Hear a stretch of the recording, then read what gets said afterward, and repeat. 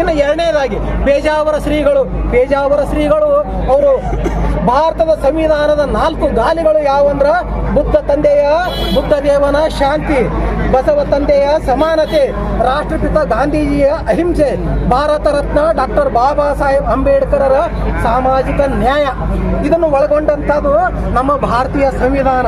ತಮಗೆ ಮತ್ತು ತಮ್ಮ ಕುಲಕ್ಕೆ ಈ ಮೇಲಿನ 4 ಬೇಕಾಗಿಲ್ಲ. ಪೇಜಾವರ ಶ್ರೀಗಳಿಗೆ ತಾವು ಜಾತಿವಾದಿಗಳು ಇದ್ದೀರಿ, ತಾವು ಮನುವಾದಿಗಳು ಇದ್ದೀರಿ, ತಾವು ಜಡವಾದಿಗಳು ಇದ್ದೀರಿ, ತಾವು ಮೌಢ್ಯವಾದಿಗಳು ಇದ್ದೀರಿ, ತಾವು ಅಸಮಾನತಾವಾದಿಗಳು ಇದ್ದೀರಿ. ತಮಗೆ ಲಿಂಗಾಯತರು ಬೇಡ, ತಮಗೆ ದಲಿತರು ಬೇಡ, ತಮಗೆ ಮುಸ್ಲಿಮರು ಬೇಡ, ತಮಗೆ ಕ್ರಿಶ್ಚಿಯನ್ನರು ಬೇಡ, ತಮಗೆ ಸಿಖ್ಖರು ಬೇಡ, ಬೌದ್ಧರು ಬೇಡ, ಪಾರ್ಸಿಗಳು ಬೇಡ, ಕೊನೆಗೆ ತಮಗೆ ಹಿಂದೂಗಳು ಸಹಿತ ಬೇಡ. ಯಾಕೆ ಈ ಮಾತು ಒತ್ತಿ ಹೇಳಕತ್ತೀನಿ ಅಂದ್ರೆ ಆ ಪೇಜಾವರ ಶ್ರೀಗಳು ಮುಂದಿನ ಶ್ರೀಗಳು ಹೇಳ್ಬಿಟ್ಟಾರ ನಾವು ಹಿಂದೂಗಳಲ್ಲ ಅಂತ ಹೇಳ್ಬಿಟ್ಟಾರ.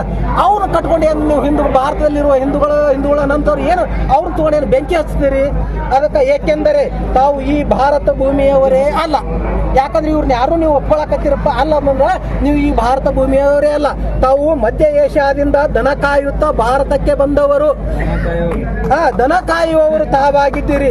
ಅತಿಥಿ ದೇವೋಭವ ಎಂದು ಸ್ಥಳ ಆಶ್ರಯವನ್ನು ಕೊಟ್ಟವರಿಗೆ ತುಳಿದು ನಮ್ಮ ತಲೆಯ ಮೇಲೆ ಕಾಲು ಇಡುತ್ತಿದ್ದೀರಿ. ನಮಗೆ ನಮ್ಮ ಅಂಬೇಡ್ಕರ್ ನೀಡಿದ ಸಂವಿಧಾನದ ಅಡಿಯಲ್ಲಿ ನಾವು ಸುಖವಾಗಿ ಇದ್ದೇವೆ. ನಮಗೆ ಭಾರತದ ಸಂವಿಧಾನ ಸರಿ ಕಾಣುತ್ತಿಲ್ಲ ಎಂದರೆ ತಾವು ಭಾರತವನ್ನು ತೊರೆಯಿರಿ. ಆದಷ್ಟು ಬೇಗ ತಾವು ತಮ್ಮ ಶಿಷ್ಯರನ್ನು ತಮ್ಮ ಬಳಗವನ್ನು ಕರೆದುಕೊಂಡು ಪೇಜಾವರ ಶ್ರೀಗಳು ಭಾರತವನ್ನು ಬಿಟ್ಟು ತೊಲಗಿ ಹೋಗಲಿ.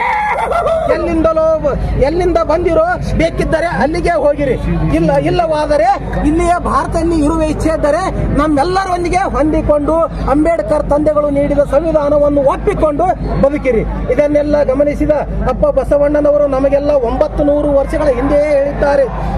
ಬ್ರಾಹ್ಮಣನೇ ದೈವವೆಂದು ನಂಬಿದ ಕಾರಣ ಗೌತಮ ಮುನಿಗೆ ಗೋವಧೆಯಾಯಿತು.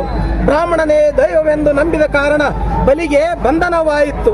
ಬ್ರಾಹ್ಮಣನೇ ದೈವವೆಂದು ನಂಬಿದ ಕಾರಣ ಕರ್ಣನ ಕವಚ ಹೋಯಿತು. ಬ್ರಾಹ್ಮಣನೇ ದೈವವೆಂದು ನಂಬಿದ ಕಾರಣ